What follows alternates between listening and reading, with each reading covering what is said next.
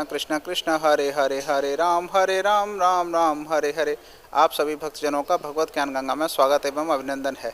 आज का हमारा शीर्षक है चेतना क्या होती है। आज हम इस विषय में बात करेंगे कि चेतना क्या है। चेतना मनुष्य की विषय में भगवद गीता में बताया गया है कि आत्मा ही चेतना का स्वरूप है और हर मनुष्य में, हर जीव में, हर पक्षी में चेतना सबसे पहले पाई जाती है। चेतना ही जीवन होने का सबूत है। चेतना को आप ऐसे मानो कि जब किसी मनुष्य में चेतना है तो ही वो जीवित है, तभी वो कुछ कर सकता है। आत्मा का स्वरूप ही चेतना है। जिस तरह आप एक समझो कि सिक्के का दूसरा पहलू, जैसे आत्मा एक सिक्का है, ऐसे मानो उसका एक पहलू चेतना है और दूसरा पहलू मन बुद्धि वगैरह सारे हैं। जैसे एक दिन का माप दिन और रात मिलाकर होती है। एक पूरे दिन के विषय में अगर आप जानकारी लें तो 12 घंटे की दिन और 12 घंटे का रात मिलाकर एक पूरा दिन बनता है। ऐसे ही आत्मा के विषय में अगर आप देखेंगे कि चेतना, एक पहलू उसका चेतना होता है और दूसरा पहलू उसका मन होता है। मन को और चेतना को मिलाकर ही आत्मा का स्वरूप बनता है। मन और चेतना आत्मा के दो सिक्के के दो पहलू हैं। एक पहलू मन, दूसरा पहलू चेतना।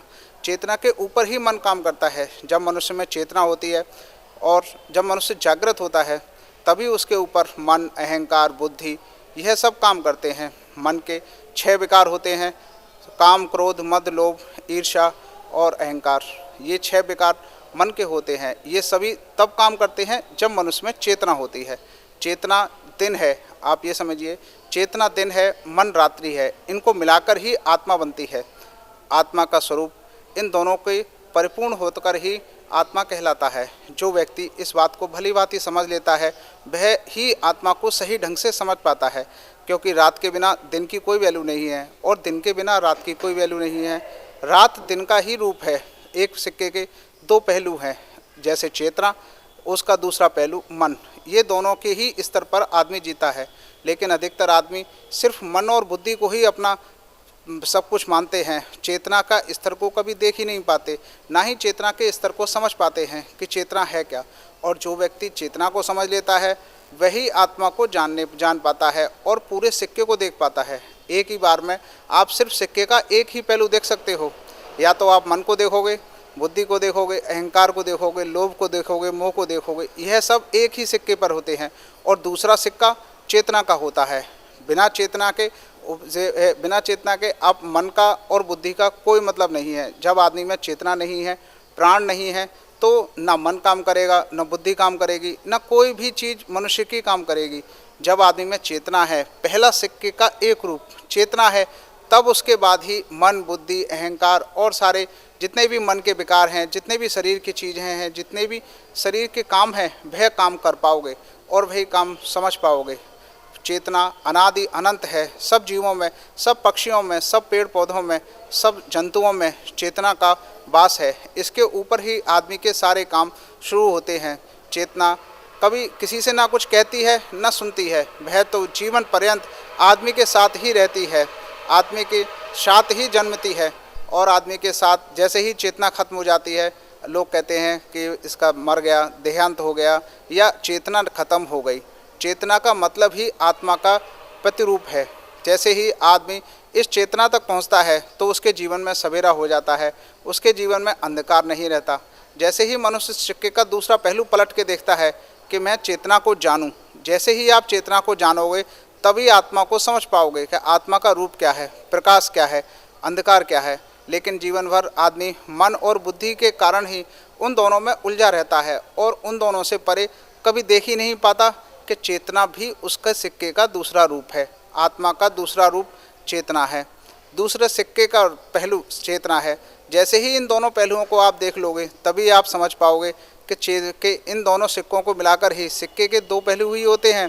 कोई भी आदमी ये कहे कि आत्मा सिर्फ मन और बुद्धि से परे है या आत्मा अलग है, मन बुद्धि अलग है, तो ये उसका सोचने का नज़रिया गलत है। क्योंकि आत्मा अलग नहीं है। आत्मा मन और बुद्धि से जुड़ी हुई है, चेतना से जुड़ी हुई है और इसकी ही पूरक है। क्योंकि मन बुद्धि से कोई काम आदमी नहीं कर सकता। बिना चेतना के कोई भी काम करना असंभव है। जब तक चेतना है उसके बाद भी कोई आदमी दूसरा काम कर पाता है। चेतना के बिना आप निर्जीव है, कोई भी चीज़ सजीव है ही नहीं, मृत है चेतना के बिना। इस बात को जो व्यक्ति समझ लेता है और चेतना से ही यह जानने की कोशिश करता है कि हम कहाँ से आए हैं और हम इस दुनिया में क्या करने आए हैं, क्या कर रहे हैं और हम भगवान को पाने के लिए क्या कर सकते हैं, तभी चेतना को समझने के बाद ही आदमी की सही यात्रा शुरू होती है। जो व्यक्ति चेतना को समझ लेता है वही मनुष्य कहलाने का अधिकारी बन जाता है और उसकी मानवता जागृत होती है।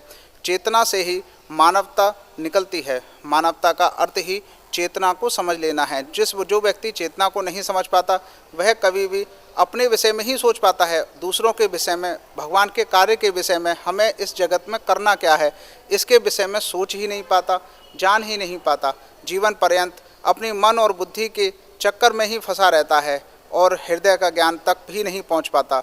यही कारण है कि वह चेतना को समझने में असमर्थ होता है। उसे लगता तो है कि मैं सचेत हूँ, मैं जागृत हूँ, मैं सचेत हूँ, मेरे पास चेतना है, लेकिन चेतना का उपयोग क्या है, चेतना हमें भगवान ने किस लिए दी और हमें करना क्या है, यह इन सवालों के जवाब ना ही वो कभी खोजता है और ना ही कभी पाने की कोशिश करता है। क्योंकि जब तक आप अपने मन से, अपनी आत्मा से ये सवाल नहीं पूछोगे कि चेतना क्या है, मैं क्या हूँ, चैतन्य क्या है, चिन्मय चेतना है क्या, तब तक आप यह समझ ही नहीं पाओगे कि हमें करना क्या है, हम आए कहाँ से हैं। आत्मा की खोज ही तभी शुरू होगी जब आदमी इस बात को समझेगा। सिक्के का दूसरा पहलू जो भी व्यक्ति देख लेता है, आत्मा के सिक्के का दूसरा पहलू जो भी वह व्यक्ति यह देख लेता है कि सब कुछ बेस किस पे है, आधार किस पे है, इस चेतना पर ही आधार है, जिनमें चैतन्य पर ही आधार है। यही भगवत गीता में बताया गया है कि चैतन्य ही आधार है, इसलिए हर आदमी चैतन्य है। आत्मा का ही एक पहलू, एक सिक्का है और दूसरा सिक्का मन, बुद्धि, अहंकार, विकार और जितनी आसक्तियां हैं, जितनी चीज़ें हैं, वो सब हैं। मन को रात्रि के सूचक बताया गया है, मन, क्योंकि मन के द्वारा ही आदमी जीवन भर अपनी यात्रा करता है और उसका बुद्धि उसका सहायक होता है। मन का सहायक होती है बुद्धि, कि जिसके कारण वह देख पाए कि क्या सही है, क्या गलत है, क्या विचार कर पाए, उसके कारण वह चल पाता है। लेकिन जैसे ही आदमी चेतना के स्तर पर आता है तो उसके जीवन में प्रकाश ही प्रकाश हो जाता है, अंधकार खत्म हो जाता है और फिर उसे स्पष्ट दिखाई देने लगता है। फिर मन काम नहीं करता, बुद्धि की भी आवश्यकता नहीं होती, क्योंकि आत्मा के पास इस सृष्टि का सारा ज्ञान मौजूद है, इस ब्रह्मांड का सारा ज्ञान मौजूद है। जैसे ही वह आत्मा तक पहुंचता है उसे सब कुछ ज्ञात हो जाता है कि सृष्टि कैसे बनी, कैसे आदमी बने, कैसे दुनिया बनी, कैसे चल रही है, कैसे सब कुछ कार्य हो रहा है।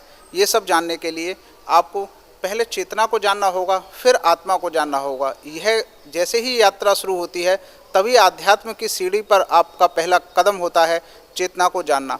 जैसे ही चेतना को जानने की कोशिश करता है आदमी, फिर आत्मा के बारे में समझने का प्रयास करता है, तब वह जान पाता है कि हमें क्या करना है, प्रभु ने दुनिया कैसे बनाई है और ये कैसे चल रही है। तो इसलिए हम सभी भक्तों से यही बात कहेंगे कि भगवत गीता में यह बात को समझिए कि चेतना क्या है। चेतना के ऊपर ही सारी आदमी की क्रियाकलाप निर्भर हैं और मन, बुद्धि, अहंकार यही नहीं है सब कुछ, और इससे बढ़कर चेतना है, क्योंकि चेतना के बिना कोई सब चीज़ निरर्थक है। चेतना आदि अनंत है, सब जीवों में व्याप्त है, सब जगह व्याप्त है, वनस्पति में भी, पशु पक्षियों में भी, हर व्यक्ति में चेतना है, हर जानवर में चेतना है।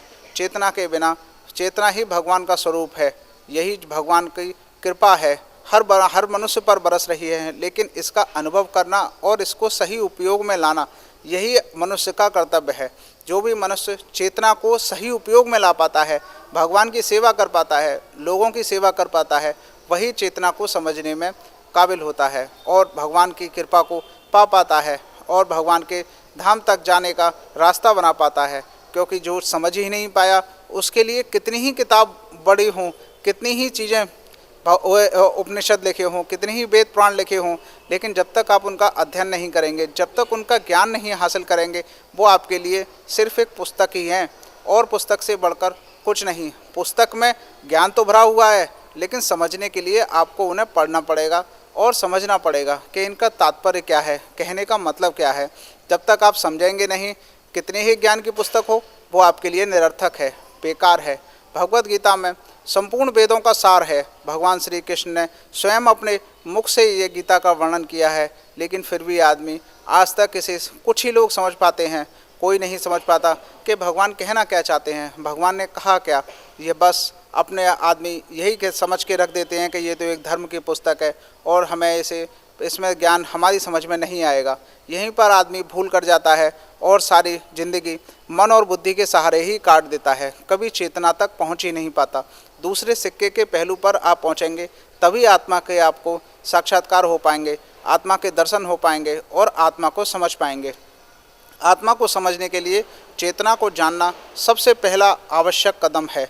सिक्के के दूसरे पहलू को देखना ही मनुष्य का सबसे पहला कर्तव्य है, लेकिन जीवन पर्यंत आदमी यह कर्तव्य नहीं करता और जो कर लेते हैं वह भगवान की कृपा पाते हैं, भगवान को धन्यवाद देते हैं, भगवान को कोटि कोटि नमन करते हैं। अतः हम सभी लोगों से यह बात कहेंगे कि चेतना को समझें, जो आपके साथ जीवन पर्यंत रहती है उसको समझें, उसको जानें और उसको समझने की कोशिश करें ताकि आप भगवान को समझ पाएँ, क्योंकि जो व्यक्ति चेतना को नहीं समझेगा वो भगवान को कभी नहीं समझ सकता। अतः हम सभी व्यक्तिजनों से यही निवेदन करेंगे कि भगवत गीता को समझें और चेतना को जानें, जो आपके शरीर में 24 घंटे विद्यमान है, कहीं जाती नहीं है, कहीं आती नहीं है, कुछ कहती नहीं है, कुछ सुनती नहीं है, कुछ करती नहीं है। जो कुछ करते हैं आप मन बुद्धि से करते हैं, चेतना से कोई भी व्यक्ति कार्य नहीं करता, लेकिन चेतना के बिना कोई भी व्यक्ति कार्य कर नहीं सकता। यही सच्चाई है। चेतना ही इस सब पूरे जगत का मूल कारण है और सभी इस चलाचल जगत के मूल अस्तित्व में बनी हुई है। चेतना आदि है, अनंत है और सब जगह व्याप्त है। यही चेतना का स्वरूप है। अतः हम सभी लोगों से यही कहेंगे कि चेतना तक आएँ, आत्मा के दूसरे सिक्के को, चेतना को पहचानें और आत्मा तक पहुँचने का प्रयास करें। राधे राधे, जय श्री राधे, जय श्री कृष्ण।